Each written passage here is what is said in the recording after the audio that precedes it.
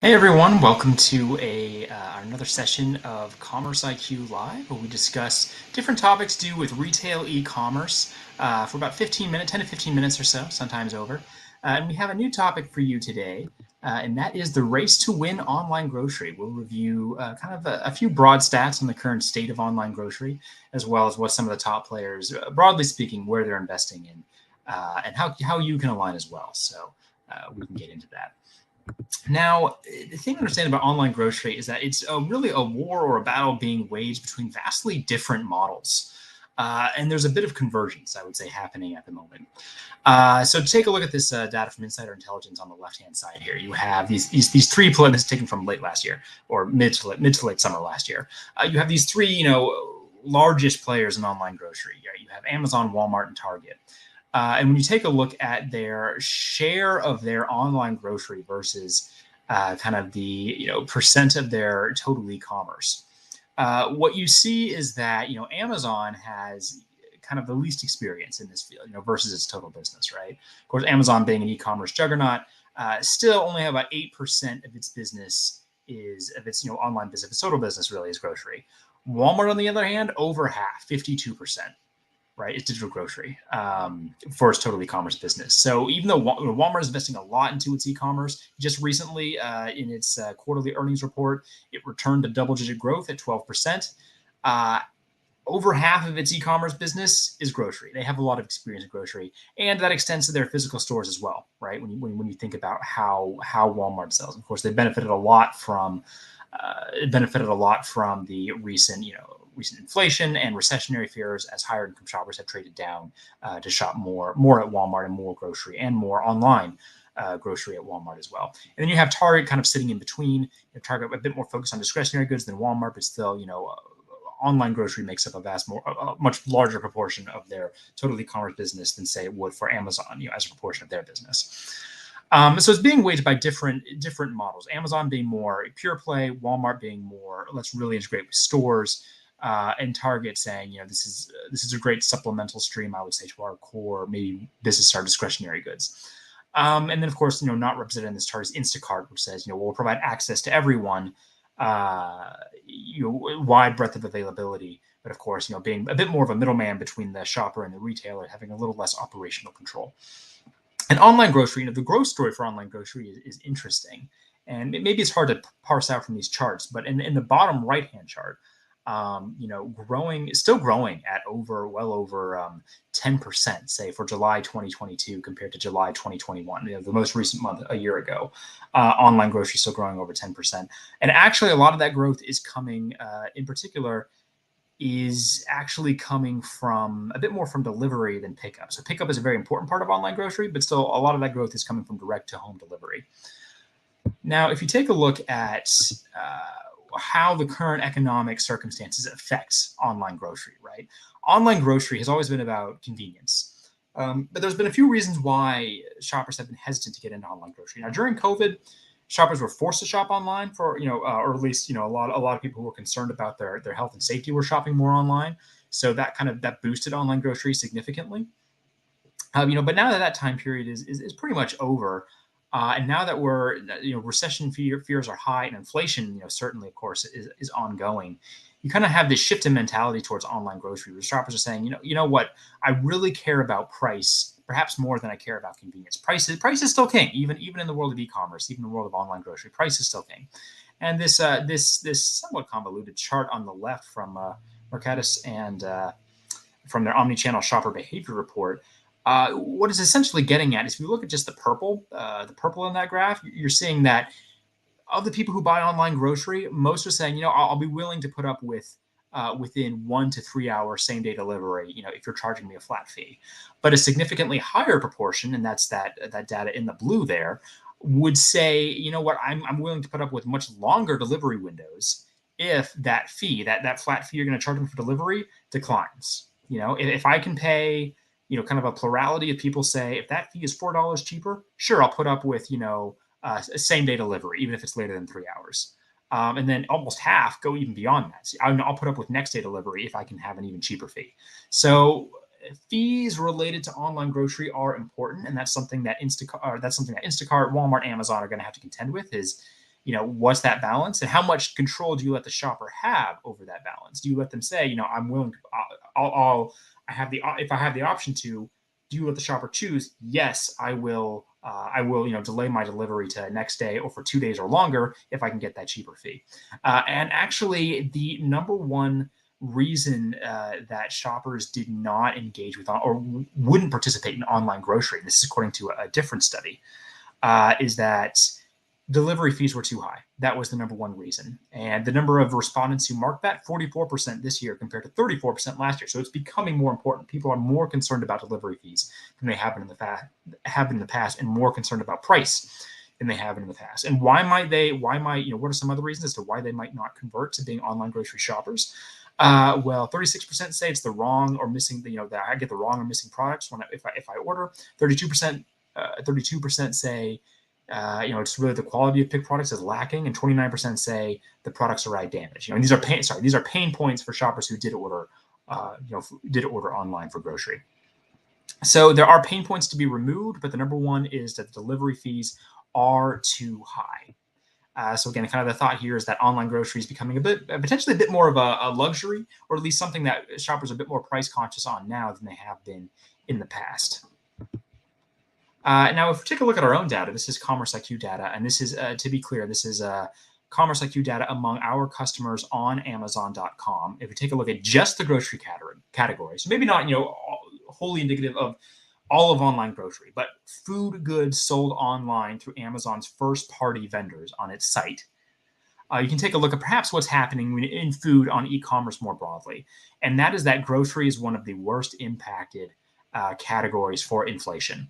Right, at least on Amazon.com for first-party vendors, prices are up in July 18% versus where they were a year ago. Discounts for that same month spiked up 5 percentage points month over month, from 26% to 31%. So we are seeing discounts kind of spike in relevance for certain months, which is actually at odds with what's happening in retail e-commerce as a whole, where discounts have become less popular aside from certain seasonal occasions. Now, despite the fact that prices are rising, supply chain turmoil is largely down.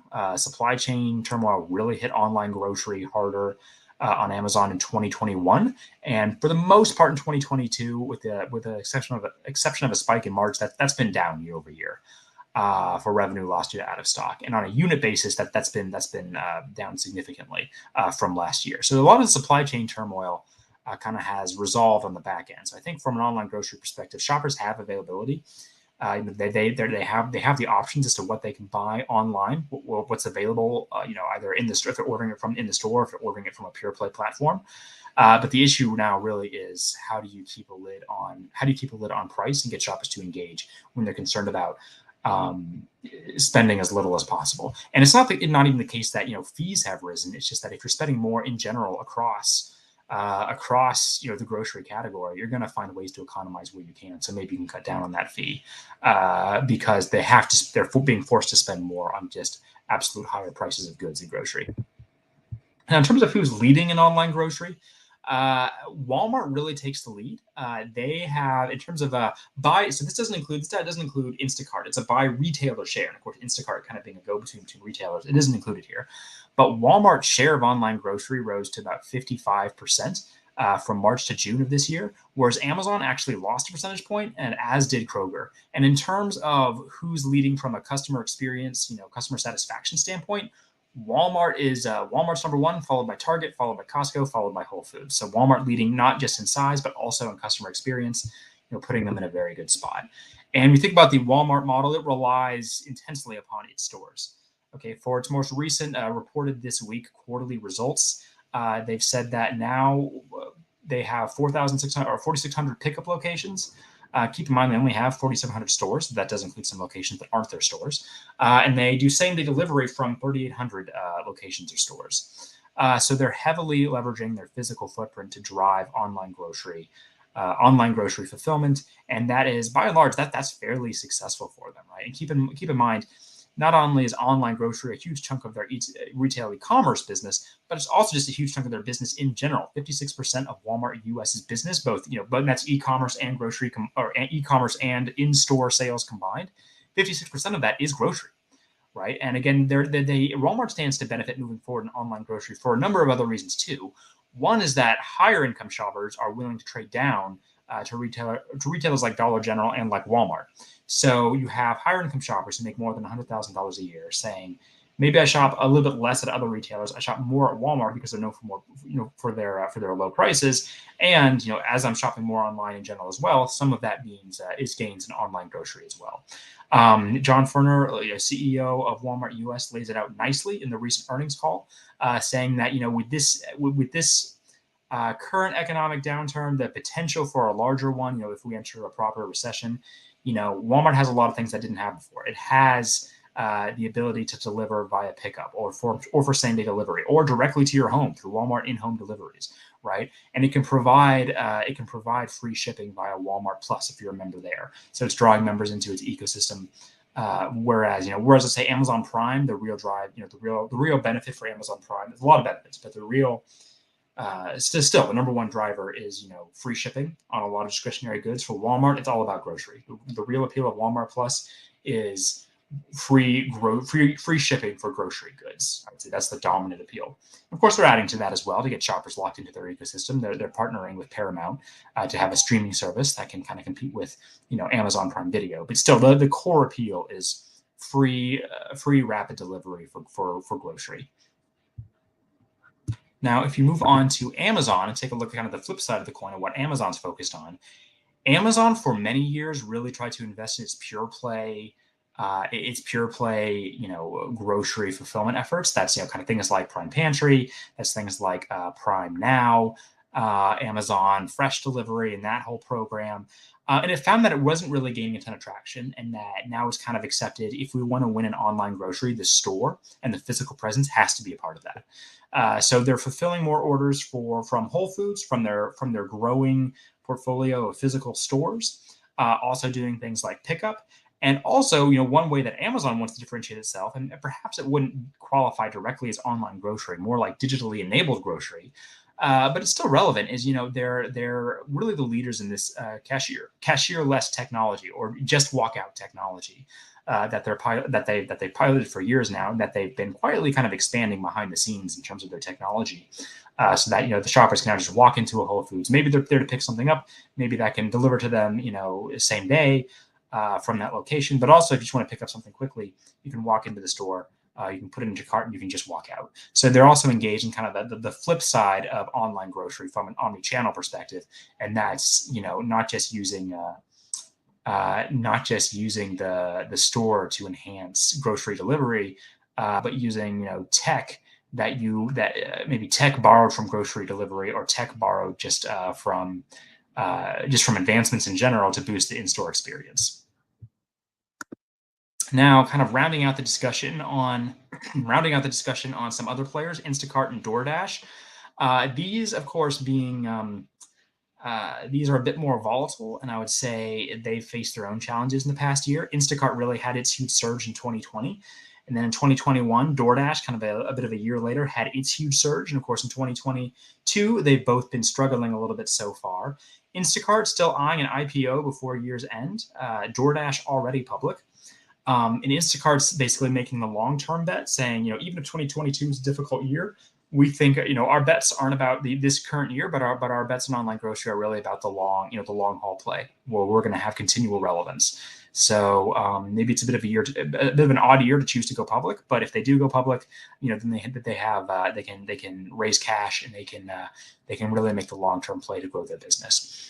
DoorDash struggling, with profitability, and for the first half of this year, but still reporting, larger than expected, food delivery orders, and they seem to be surging ahead, in the future as well.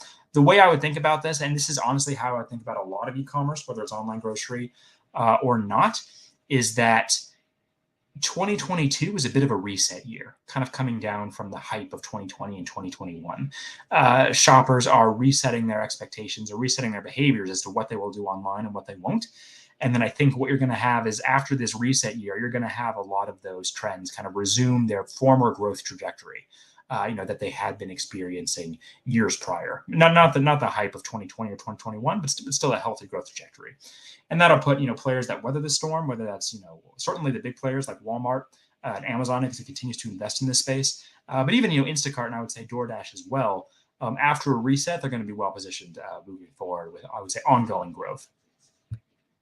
That about sums up our discussion for today in terms of the state of online grocery. I do want to end with one note, and that is that CommerceIQ will be at Grocery Shop this year. Coming up this year in a little over a month. So if you like what you heard and you like you want to hear more about just the world of retail e-commerce in general, whether it's online grocery, whether it's just retail e-commerce more broadly across categories, and how retail automation and integrated single source of truth platforms are really paving the way for vendors to win across large marketplaces, whether they be Amazon, Walmart, Target, Kroger, or other e-commerce players that sell across brands. We're really forging the path forward in terms of what that looks like and how to optimize your business and make it as streamlined and automated as possible to free up time for more strategic discussions. So check us out. You can see kind of a demo of what we can do at our booth at Grocery Shop, or you can just come by and talk to us, and we'll be happy to discuss your business, discuss kind of the state of the industry and what you see happening, and look forward to that discussion. So I think with that being said, that's our discussion today. And check most weeks we'll have a new topic about a new topic to do with retail e-commerce, and we'll talk about it for about 15 minutes or so every week, or for most weeks. For noon Eastern on Thursdays or 9 a.m. Pacific. So check us out. But have a great rest of your week, and I look forward to presenting again to you soon.